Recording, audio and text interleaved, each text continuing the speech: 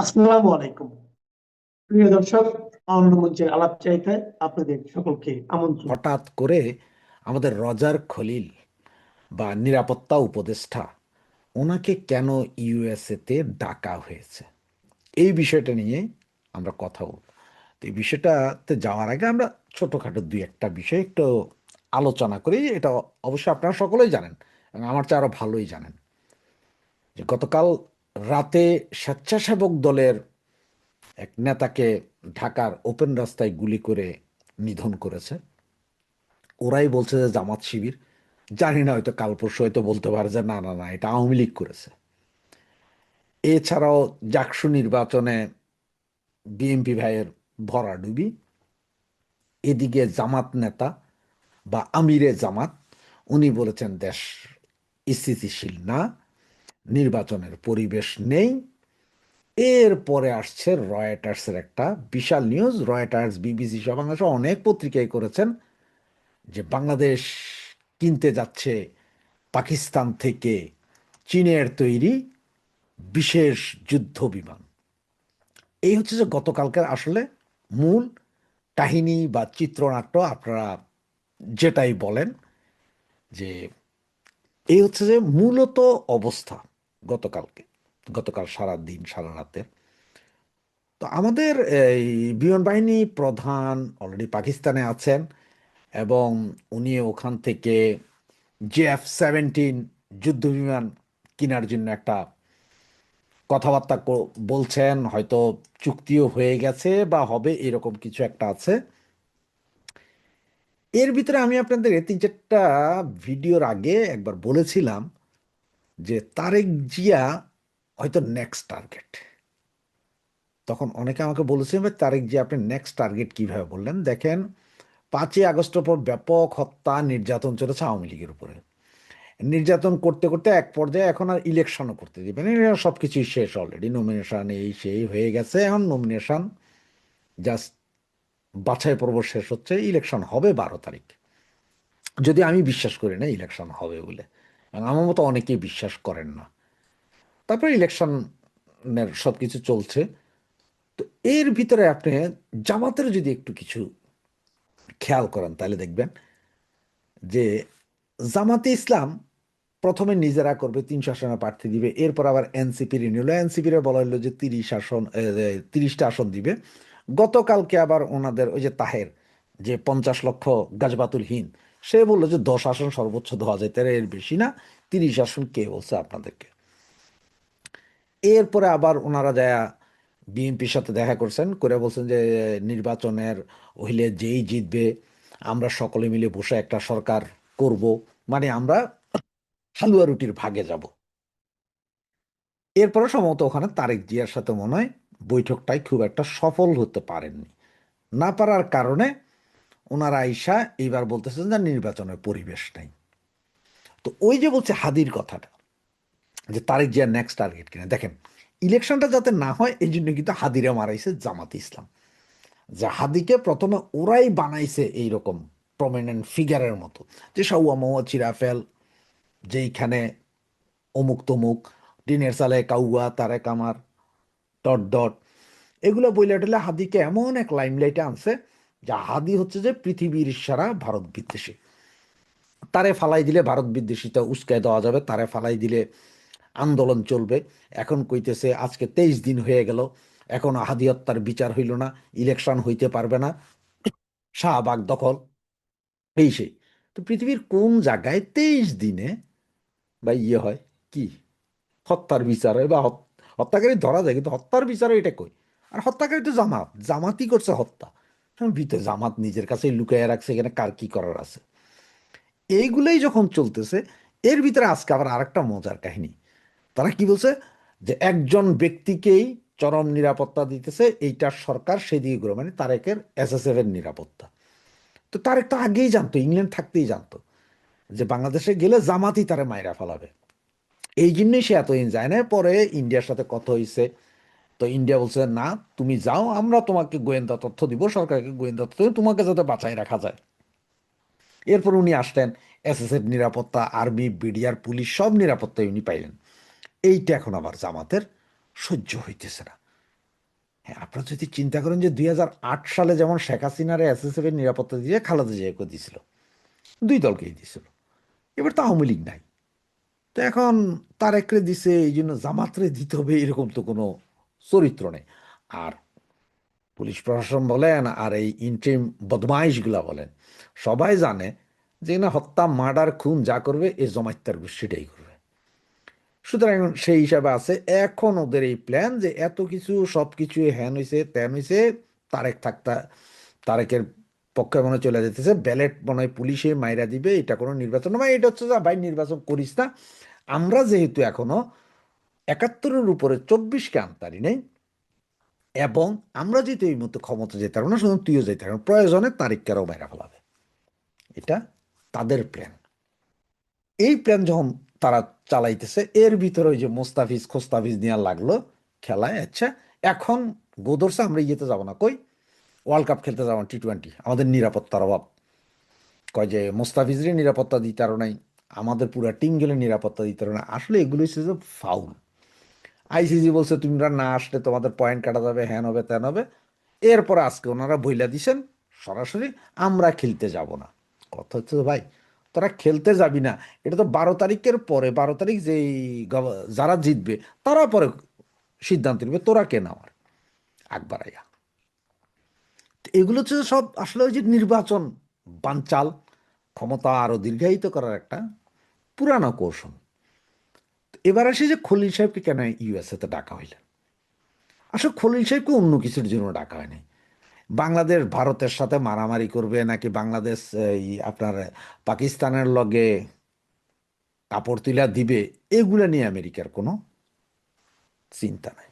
আমেরিকার অ্যাম্বাসেডার আসছে 11 তারিখ বা 12 তারিখ, এবং সেই হিসাবে আমেরিকা এখন তাদেরকে ডাকছে। কারণ হচ্ছে ওই যে গত 2 দিন আগে ওনারা যে চায়নার ফ্লাইট কিনবে F-17, সেইটা নিয়ে এখন লাগছে আমেরিকার মাইন্ডে। কথা হচ্ছে তুমি ওই বিমান কেন কিনবে, তুমি প্রয়োজনে আমার থেকে কিনো, ইউরোপ থেকে কিনো, চায়না থেকে কিনো। কারণ আমেরিকার প্রধান শত্রু আবার চায়না, চায়নার বিমান কিনতে পারবে না। প্রয়োজনে আমি তোমার F-16 দিব, আরও কিছু দেবো, তুমি সেগুলা কিনবা, কিন্তু এই বিমান কিনবা কেন। এটি হচ্ছে মূল কাহিনী, যে চায়নার কাছে তুমি আর যা বেচা দিবা দিবা, পাশা বেচা দিতে আর তারা চায়নার কাছ থেকে কিনতে পারত না।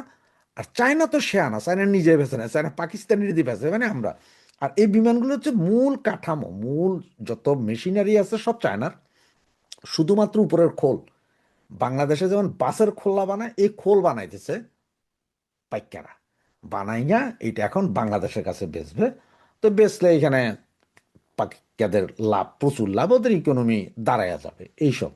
আর এইটা নিয়ে আসলে মূলত আমেরিকার মাথায় ঢুকছে। যদিও এখন আজকে আপনার বিভিন্ন পত্রিকায় দেখবেন যে ওরা বলা শুরু করবে অলরেডি, বা শুরু করেও দিছে অলরেডি, হয়তো কিছু কিছু নিউজও দেখতেছি যে না আমাদের মেজর খলিল যাইতেছে, যে ওখানে যাইয়া ডোনাল্ড ট্রাম্প হয়তো একটা হুমকি দিবে যে কি ব্যাপার, প্রথমে আপনার ট্যারিফ নিয়ে আমাদের লগে বাড়াবাড়ি করলেন, এখন আবার আমাদের এই ভিসার জন্য আপনার 18 লাখ টাকা জমা দিতে হবে, এগুলা নিয়ে একটা ফাইটিং করতে নাকি আমাদের মেজর জেনারেল বিশিষ্ট উপদেষ্টা খলিল্লা নাকি যাইতেছেন আমেরিকাতে। কিন্তু আসলে না, খলিল্লাকে সরাসরি ডাকাইছে, কারণ খলিল্লা অলরেডি 3 দিন যাবৎ দুবাই বৈশা রয়েছে। সেইখান থেকে তারে ডাকানো হয়েছে যে তুমি এদিকে আসো পাপা, তোমার সাথে কথা বলবো। ডোনাল্ড ট্রাম্প তো পাগলা চোদা মানুষ, জানেনি। ভেনেজুয়েলার প্রেসিডেন্ট তুলিয়া লইয়া গেছে, ওই গ্রিনল্যান্ড এখন খাইয়া দিব কইতেছে। এর কথা হচ্ছে ভাই আমি যেটা কই এটা ব্যবসা সব আমার লয়ে করবা, তোমরা অন্য কোনো দেশের লয়ে করতে পারবে না। এইটাই হচ্ছে যে মূল কথা। সেটা আজকে কথাটা না বললো, 2 দিন পর হইলো এই রিপোর্টটা পাবেন। তো দেখা যাক প্রতিদিনই কি কি হয়, আপনাদের কাছে কি কি নিয়ে আসতে পারি। আগামী কয়েকটা দিন বাংলাদেশের মানুষের জন্য খুবই সেন্সিটিভ, স্পর্শকাতর, এবং অনেকে এই সময়টিকে টার্নিং পয়েন্ট হিসেবে উল্লেখ করছেন। সরকারের জাতীয় নিরাপত্তা উপদেষ্টা ডক্টর খলিলুর রহমানকে অনেকেই সন্দেহের চোখে দেখেন, রহস্যের চোখে দেখেন। সেই ডক্টর খলিলুর রহমান হঠাৎ করে কেন ওয়াশিংটন গেলেন? এবং যতটা জানা গেছে যে তিনি জরুরি ভিত্তিতেই যুক্তরাষ্ট্রে গেছেন। নির্বাচনের আর যেখানে 1 মাস বাকি সেটিকে সামনে রেখে এই সময় হঠাৎ তার যুক্তরাষ্ট্রের সফর বিষয়টি অনেকের মধ্যে কৌতূহলে জন্ম দিয়েছে। কেউ কেউ বলছেন বা কোনো কোনো গণমাধ্যমে এভাবে খবর এসেছে যে সরকারের কার্যক্রম, রাজনৈতিক উত্তরণ চেষ্টা তথা কাঙ্ক্ষিত একটি জাতীয় সংসদ নির্বাচন প্রস্তুতি এবং সদ্য আরোপিত ভিসা বন্ড নিয়ে আলোচনায় ওয়াশিংটনে গেছেন জাতীয় নিরাপত্তা উপদেষ্টা ডক্টর খলিলুর রহমান, এবং তিনি বুধবার বিকালেই দুবাইগামী একটি ফ্লাইটে ঢাকা ছেড়েছেন। এখানে একটু জানিয়ে রাখি, তার সফর সম্পর্কে অফিস আদেশে যেটি বলা হয়েছে, সরকারি অফিস আদেশ, সেখানে লেখা আছে যে তিনি একই সঙ্গে যুক্তরাষ্ট্র এবং আরব আমিরাত সফর করবেন। সফরের সময়সূচি সম্পর্কে বলা হয়েছে 8 থেকে 12 জানুয়ারি। প্রশ্ন হচ্ছে যে তিনি একই সঙ্গে আবার আরব আমিরাত কেন সফর করবেন?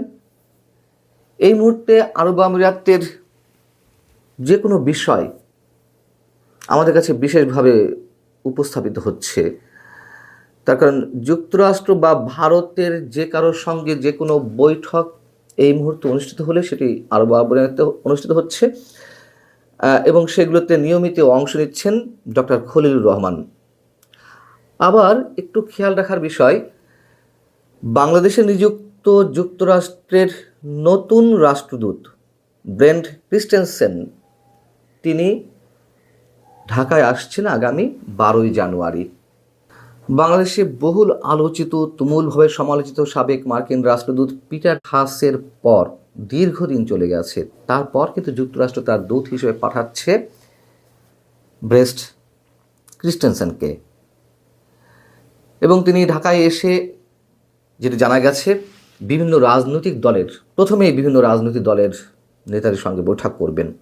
ওদিকে আমাদের জাতীয় নিরাপত্তা উপদেষ্টা ওয়াশিংটনে কাদের সঙ্গে বৈঠক করতে চান, কাদের সঙ্গে বৈঠকের জন্য এর মধ্যে ওয়াশিংটনে আবেদন জানানো হয়েছে, তালিকায় রয়েছেন মার্কিন পররাষ্ট্র দপ্তরের রাজনীতি বিষয়ক আন্ডার সেক্রেটারি অ্যালিসন হুকার, দক্ষিণ ও মধ্য এশিয়া বিষয়ক অ্যাসিস্ট্যান্ট সেক্রেটারি এস পল কাপুর, এবং ওয়াশিংটন সফরে থাকা নয়াদিল্লির অর্থাৎ ভারতে নিযুক্ত মার্কিন রাষ্ট্রদূত এবং দক্ষিণ ও মধ্য এশিয়া বিষয়ক মার্কিন যুক্তরাষ্ট্রের বিশেষ দূত সার্জিও গোরের সঙ্গে আমাদের জাতীয় নিরাপত্তা উপদেষ্টা বৈঠক করতে চান। যাদের সঙ্গে তিনি বৈঠক করতে চান বা বৈঠকের সম্ভাবনা রয়েছে, যাদের নাম উল্লেখ করলাম, তারা কি সবাই ভিসা বন্ড প্রক্রিয়ার সঙ্গে যুক্ত? অর্থাৎ যেটি ওপেনে বলা হচ্ছে যে তিনি ভিসা বন্ড প্রক্রিয়া যে জটিলতা দেখা দিয়েছে সেটি নিরসনের জন্য ওয়াশিংটনে গেছেন। এই যে ব্যক্তিগুলোর নাম বললাম, তারা কি এসব বিষয়ের সঙ্গে জড়িত, নাকি এই দক্ষিণ বা মধ্য এশিয়ায় বিশেষ রাজনৈতিক প্রক্রিয়া বা পরিকল্পনার সঙ্গে এই মানুষগুলো জড়িত? একই সঙ্গে আমি একটু পল কাপুর সম্পর্কে বলতে চাই, যিনি দক্ষিণ এশিয়া বিষয়ক মার্কিন আন্ডার সেক্রেটারি দায়িত্ব পালন করেছেন। তার জায়গায় স্থলাভিষিক্ত হয়েছেন পল কাপুর। এই পল কাপুর দক্ষিণ এশিয়ায় বিশেষ করে পাকিস্তানের জঙ্গিবাদ বিষয়ে যথেষ্ট গবেষণা করেছেন, যথেষ্ট পড়াশোনা তার, এটুকুই ইঙ্গিত দিয়ে রাখলাম। এখন ভিসা বন্ড এর তালিকায় বাংলাদেশের নাম যুক্ত হয়েছে, এটি খুবই একটা দুশ্চিন্তার বিষয় বাংলাদেশের মানুষের জন্য। ভিসা বন্ড সম্পর্কে একটু বলে রাখি, তারপর আবার ডক্টর খলিলুর রহমান সম্পর্কে আসছি। ভিসা বন্ড হলো এক ধরনের আর্থিক নিশ্চয়তা। আপনারা এর মধ্যে জেনে গেছেন, যারা এই বিষয়ে এর মধ্যে আগ্রহী হয়ে উঠেছেন, কিছু নির্দিষ্ট কিছু দেশের ক্ষেত্রে বিদেশি নাগরিকদের সাময়িক ভিসা দেওয়ার আগে এমন জামানত বা নিশ্চয়তার কথা বলা হচ্ছে যেন তারা ভিসার শর্ত, বিশেষ করে যে কয়দিনে ভিসা পাওয়া যায় তার সময়সীমা মেনে চলতে পারেন যে কেউ। এবং প্রতি বছর যুক্তরাষ্ট্র বাংলাদেশের হাজারো শিক্ষার্থী কিংবা পর্যটক এবং কর্মীকে অস্থায়ী নন ইমিগ্রেন্ট ভিসা দেয়। এসব ভিসার মেয়াদ কয়েক সপ্তাহ থেকে কয়েক বছরও হতে পারে, শুধু বাংলাদেশ নয়, আমি অন্য দেশের ক্ষেত্রেও বলছি। তো কোনো নন ইমিগ্রেন্ট ভিসাদারি অনুমোদিত সময়ের চেয়ে যদি বেশি সময় যুক্তরাষ্ট্রে থাকেন সেটিকে ওভার স্টে হিসেবে চিহ্নিত করা হয় এবং এই আওতায় যারা পড়বেন তাদেরকে ওই জামানতের টাকা জরিমানা হিসেবে দিতে হবে বা কেটে রাখা হবে। তো কোন মুহূর্তে বাংলাদেশের নাম এই তালিকায় ঢুকলো? যখন কিনা বাংলাদেশ সহ বিভিন্ন রাষ্ট্রের উপরে যুক্তরাষ্ট্রের যে অতিরিক্ত শুল্ক আরোপ করা হয়েছে সেই বিষয়টির সমাধান হয়নি এখনো পর্যন্ত, ঝুলে রয়েছে। তার পরপরই আবার এলো ভিসা বন্ডের বিষয়টি এবং ভিসা বন্ড তালিকায় বাংলাদেশের নাম আসতে পারে এটি কিন্তু আগে থেকেই বাংলাদেশ সরকার জানতো। প্রশ্ন হচ্ছে ডক্টর খলিলুর রহমান যে এতটাই পারদর্শী সরকারের পক্ষ থেকে উপস্থাপন করা হয়, এটি তিনি কেন আগে থেকে বন্ধ করতে পারলেন না? কি উদ্যোগ নিয়েছিলেন তিনি? এবং একই সঙ্গে প্রশ্ন যে এত কর্মা লোক বিদেশ থেকে ভাড়া করা নিয়ে আনা হলো, মার্কিন নাগরিক, তার যুক্তরাষ্ট্রের পাসপোর্ট রয়েছে, সেই ব্যক্তি গত 15-16 মাসে কি করতে পেরেছেন? ঢাক ঢোল তো পেটানো হচ্ছিল সরকারের পক্ষ থেকে, সরকারের প্রেস উইংয়ের পক্ষ থেকে, যে রোহিঙ্গাদের সব নাকি ফিরিয়ে দেওয়া হবে, বাংলাদেশ থেকে সব খালি করে দেওয়া হবে। কি করেছে? আর শুল্ক আরোপের বিষয়টি তো বললাম যে এখনো ঝুলে আছে। এবার শেষ করব যে এই যে ভিসা বন্ড তালিকায় আর কোন কোন রাষ্ট্রের নাম রয়েছে শুধু খেয়াল করুন যে আমরা কোথায় অবস্থান করছি, যুক্তরাষ্ট্রের কাছে। এবং এই সরকারের সময় যেখানে ডক্টর মোহাম্মদ ইউনূস নাকি সারা বিশ্বের সব বড় বড় মানুষের সঙ্গে, রাষ্ট্রপ্রধান, সরকার প্রধান, সব বিশিষ্ট ব্যক্তির সঙ্গে তার বোঝাপড়া ওঠাপড়া, তিনি এলে কি না কি হয়ে যাবে এমনটা মনে করা হয়েছিল। 38টি দেশ এখনো পর্যন্ত এই তালিকায় অন্তর্ভুক্ত হয়েছে, যার মধ্যে বাংলাদেশে রয়েছে। এই তালিকায় আর কারা রয়েছে? Algeria, Angola, Antigua and Barbuda, Benin, Bhutan, Botswana, Burundi, Cape Verde, মধ্য আফ্রিকা প্রজাতন্ত্র, Ivory Coast, Cuba, Djibouti, Dominica, Fiji, Gabon, Gambia, Guinea, Kyrgyzstan, Malawi, Mauritania, Senegal, এরকম আরো কিছু রাষ্ট্র। বোঝা যাচ্ছে যে কোন তালিকায় আমরা পড়েছি। সবশেষ প্রশ্ন হচ্ছে যে আসলে কেন গেছেন ডক্টর খলিলুর রহমান এই মুহূর্তে যুক্তরাষ্ট্রে? কিসের বোঝাপড়া করতে গেছেন? কি বার্তা নিয়ে তিনি ফিরবেন ডক্টর ইউনূসের কাছে? কি পরিকল্পনা রয়েছে আগামী নির্বাচন নিয়ে? যুক্তরাষ্ট্র বা কি সবক দিয়ে পাঠাবে ডক্টর খলিলুর রহমানকে? যুক্তরাষ্ট্রে ট্রাম্প প্রশাসনের সাম্প্রতিক সিদ্ধান্ত বাংলাদেশকে 38টি দেশের তালিকায় যুক্ত করে ভিসা বন্ডের শর্ত আরোপ করা একটি কঠোর বার্তা, যা বর্তমান অসাংবিধানিক সরকারের নেতৃত্বাধীন বাংলাদেশের আন্তর্জাতিক মর্যাদাকে ন্যূনতম স্তরে নামিয়ে এনেছে। এই তালিকায় বাংলাদেশের সঙ্গী হিসেবে রয়েছে Uganda, Burundi, Djibouti, Fiji, Gabon, Gambia, Guinea, Togo, Tonga, Tuvalu, Vanuatu, Zambia, জিম্বাবুয়ের মতো দেশগুলো, যেগুলো বিশ্বব্যাপী অস্থিতিশীলতা, দারিদ্র্য এবং অভিবাসন ঝুঁকির প্রতীক হিসাবে পরিচিত। বুঝুন অবস্থাটা। ইউনূস ক্ষমতা দখল করে বলেছিলেন যে আমরা কোথাও যাব না, তারা আমাদের কাছে আসবে। এই তো আসছে। বাংলাদেশি পর্যটক বা ব্যবসায়ীদের জন্য এখন যুক্তরাষ্ট্রে প্রবেশের পথে $15,000 পর্যন্ত জামানত দিতে হবে বা বাধ্যতামূলক করা হয়েছে, যা বাংলাদেশি টাকায় প্রায় 18,35,000 টাকা। এবং এটি ফেরতযোগ্য শুধুমাত্র সময় মতো দেশে ফিরে আসার শর্তে। এমনকি ভিসা পেলেও প্রবেশের জন্য মাত্র 3টি নির্দিষ্ট বিমানবন্দর, Boston Logan, John F Kennedy এবং ওয়াশিংটন ডুলাস ব্যবহার করতে হবে, যা বাংলাদেশিদের প্রতি গভীর অবিশ্বাসের প্রকাশ। লজ্জার বিষয় হলো এই তালিকায় পাকিস্তান বা আফগানিস্তানের মতো দেশ নেই, যা বাংলাদেশের বর্তমান অবস্থানকে আরো ভয়াবহ করে তোলে। এই নীতি ডক্টর মোহাম্মদ ইউনূসের নেতৃত্বাধীন এই অবৈধ সরকারের সম্পূর্ণ ব্যর্থতারই ফল, যা দেশকে অর্থনৈতিক ধস, রাজনৈতিক অস্থিরতা এবং সামাজিক বিশৃঙ্খলার দিকে ঠেলে দিয়েছে। এই ভিসা বন্ডের সিদ্ধান্ত মার্কিন পররাষ্ট্র দপ্তরের ভ্রমণ বিষয়ক ওয়েবসাইট প্রকাশ করেছে, যা ট্রাম্প প্রশাসনের অভিবাসন নিয়ন্ত্রণের কঠোরতার অংশ। গত বছর আগস্ট থেকে শুরু হয়ে তালিকা ধাপে ধাপে বাড়ানো হচ্ছে। প্রথমে 6টি, তারপর 7টি, এখন বাংলাদেশ সহ 25টি নতুন দেশ যুক্ত করে মোট 38টি দেশ এই তালিকায় যুক্ত হয়েছে। এই দেশগুলোর নাগরিকদের B1, B2 ভিসার জন্য $5,000 থেকে $15,000 বন্ড জমা দিতে হবে, যা সাক্ষাৎকারের সময় নির্ধারিত হবে এবং I-352 ফর্ম ও পেগভ প্ল্যাটফর্মের মাধ্যমে প্রক্রিয়াজাত হবে।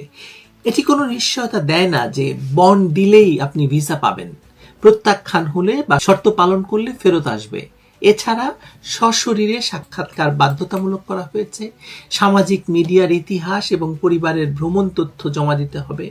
মার্কিন কর্মকর্তারা বলছেন এটি ওভারস্টে অবস্থান রোধ করবে, কিন্তু বাস্তবে এটি বাংলাদেশের মতো দেশগুলোকে অবিশ্বস্ত হিসেবে চিহ্নিত করছে, যারা অভিবাসন ঝুঁকি তৈরি করছে বলে মনে করে ট্রাম্প প্রশাসন। বাংলাদেশের ক্ষেত্রে এই অবিশ্বাসের মূল কারণ ইউনূস সরকারের শাসন আমলে দেশের অর্থনৈতিক পতন, যা রেমিটেন্স এবং বৈদেশিক বিনিয়োগকে প্রভাবিত করছে। ডলারের দর 122 টাকায় পৌঁছে যাওয়া, মুদ্রাস্ফীতি, বেকারত্ব এবং রাজনৈতিক দমনের ফলে লক্ষ লক্ষ মানুষ দেশ ছাড়ার জন্য হিমশিম খাচ্ছে এবং দেশ ছাড়ার জন্য প্রস্তুতি নিয়েছে, যা মার্কিন কর্তৃপক্ষের দৃষ্টিতে ফ্লাইট রিস্ক হিসাবে দেখা যাচ্ছে বা দেখা হচ্ছে। ইউনূসের এই সরকার, যা সাংবিধানিক ভিত্তি ছাড়াই ক্ষমতায় এসেছে, বাংলাদেশকে বিশ্ব মঞ্চে ব্যর্থ রাষ্ট্রের সারিতে স্থান করে দিয়েছে। পূর্ববর্তী আওয়ামী লীগ সরকারের দুর্নীতি এবং অর্থনৈতিক লুটপাটের অভিযোগ নিয়ে এই অন্তর্বর্তীকালীন সরকার আরো খারাপ অবস্থায় ফেলে দিয়েছে বাংলাদেশকে। রাজনৈতিক নেতাদের গ্রেপ্তার, বিরোধী দলের দমন, আওয়ামী লীগকে নিষিদ্ধ করা, মিডিয়া সেন্সরশিপ এবং নির্বাচনহীন শাসনের ফলে বাংলাদেশ আন্তর্জাতিকভাবে একটি অবিশ্বস্ত, একটি ভয়ঙ্কর রাষ্ট্র হয়ে উঠেছে। যুক্তরাষ্ট্রের এই পদক্ষেপ ঠিক এই সময়ে আসা একটি স্পষ্ট সংকেত যে ওয়াশিংটন বাংলাদেশের বর্তমান শাসনকে স্বীকৃতি দেয় না এবং এর অস্থিতিশীলতাকে ঝুঁকি হিসেবে বিবেচনা করে। পাকিস্তান বা আফগানিস্তানের অনুপস্থিতি এই তালিকায় এখানে গুরুত্বপূর্ণ, কারণ সেগুলোর অর্থনীতি এবং রাজনীতি স্থিতিশীলতার কিছু ছাপ রয়েছে, যেখানে বাংলাদেশের অর্থনৈতিক সূচকগুলো জিডিপি হ্রাস, বৈদেশিক মুদ্রার সংকট, রপ্তানি পতন সম্পূর্ণভাবে ভেঙে পড়েছে। ইউনূসের নেতৃত্বে নির্বাচনের প্রতিশ্রুতি শুধু কথার কথা হয়ে দাঁড়িয়েছে, যা দেশকে গভীর সংকটে ফেলেছে এবং আন্তর্জাতিক সম্পর্ককে ক্ষতিগ্রস্ত করেছে। এই ভিসা নীতি শুধু ব্যক্তিগত ভ্রমণ নয়, ব্যবসা, শিক্ষা, রেমিটেন্সের পথও বন্ধ করে দিচ্ছে, যা বাংলাদেশের মধ্যবিত্ত শ্রেণীর উপর বিরাট বড় চাপ সৃষ্টি করবে। বিশেষ করে প্রেসিডেন্ট ট্রাম্প এবং ডক্টর মোহাম্মদ ইউনূসের মধ্যে সম্পর্ক কখনোই তো ভালো ছিল না। ট্রাম্প ইউনূসকে লিটল মাইক্রোক্রেডিট ম্যান বলে ব্যঙ্গ করেন, কারণ ইউনূস হিলারি ক্লিন্টনের শিবিরের লোক এবং তার নির্বাচনের ডোনার ছিলেন। এমনকি ইউনূসের ঘনিষ্ঠ জর্জ সোরসের বিরুদ্ধে ট্রাম্প গতকালই অনুসন্ধানের নির্দেশ দিয়েছেন। এমত অবস্থায় ভিসা বন্ডের পর বাংলাদেশের প্রতি আরো কঠোর সিদ্ধান্ত আসতে পারে কিনা তা নিয়ে মানুষ কথা বলছে। অর্থনৈতিক স্যাংশন, বাণিজ্যিক চাপ, ইতিমধ্যে আমরা জানি যে বাংলাদেশের উপর শুল্ক আরোপ করেছে এবং সেই শুল্ক থেকে বাঁচতে ডক্টর ইউনূসকে বোয়িং কিনতে হয়েছে, ভুট্টা আমদানি করতে হয়েছে, তেল আমদানি করতে হচ্ছে আমেরিকা থেকে অত্যন্ত চড়া মূল্যে, যা বিশ্বের অন্য বাজারে কিনলে অনেক কম দামে পাওয়া যেত। সুতরাং এই ভিসা বন্ড আরোপ এর রাজনৈতিক প্রভাবটা বিশাল। যুক্তরাষ্ট্রের এই পদক্ষেপ অন্যান্য পশ্চিমা দেশগুলোকে অনুপ্রাণিত করতে পারে, মানে এই নীতি গ্রহণে, যা বাংলাদেশের গ্লোবাল ইমেজকে আরো নাজুক করে তুলবে। ইউনূস সরকারের অক্ষমতা এখানে স্পষ্ট। তারা দেশকে স্থিতিশীল করার পরিবর্তে অস্থিরতা বাড়িয়েছে, যার ফলে বিদেশি বিনিয়োগকারী পালাচ্ছে, রপ্তানি শিল্প সংকুচিত হয়ে যাচ্ছে এবং জনগণের জীবনযাত্রা খারাপ হচ্ছে। এই তালিকায় বাংলাদেশের স্থান দেশের সার্বিক ব্যর্থতার প্রতিফলন, যেখানে অর্থনৈতিক সংস্কারের নামে শুধু দুর্নীতি এবং রাজনৈতিক প্রতিহিংসা চলছে। ফলে বাংলাদেশি যুবকরা এখন কানাডা, ইউরোপ বা অস্ট্রেলিয়ার দিকে তাকাবে, কিন্তু সেখানেও একই অবিশ্বাসের ছায়া পড়তে পারে। অর্থাৎ ইউনূসের বাংলাদেশ থেকে আমেরিকায় কেউ ঢুকতে পারবে না, ঢুকতে চাইলেও তাকে নানা রকম পুলসিরাত পার হইতে হবে। ইউনূসের এই শাসন যত দীর্ঘায়িত হবে, তত বাংলাদেশ বিশ্বের নিচুতলার দেশগুলোর সঙ্গে তুলনীয় হয়ে উঠবে এবং যুক্তরাষ্ট্রের এই ভিসা বন্ড তার প্রথম বড় শাস্তি। এটি একটি ওয়েক আপ কল, কারণ বাংলাদেশে যে একটি অসাংবিধানিক শাসনের অধীনে আছে, এটার অবসান ছাড়া যে দেশের মর্যাদা ফিরে আসবে না সেটা বলে দিচ্ছে। শুধুমাত্র স্বচ্ছ নির্বাচন এবং সাংবিধানিক শাসনের মাধ্যমে বাংলাদেশ আবার বিশ্বের দরজার সামনে দাঁড়াতে পারবে। শেখ হাসিনাকে সরিয়ে ডক্টর ইউনূসের ক্ষমতা দখল বাংলাদেশকে কি কি ক্ষতি করেছে তার তালিকা তো দীর্ঘ। এই দীর্ঘ তালিকায় সর্বশেষ যোগ হলো আমেরিকার ট্রাম্প প্রশাসনের এই ভিসা বন্ড। সামনে আরো কি কি আছে অপেক্ষা করি আমরা।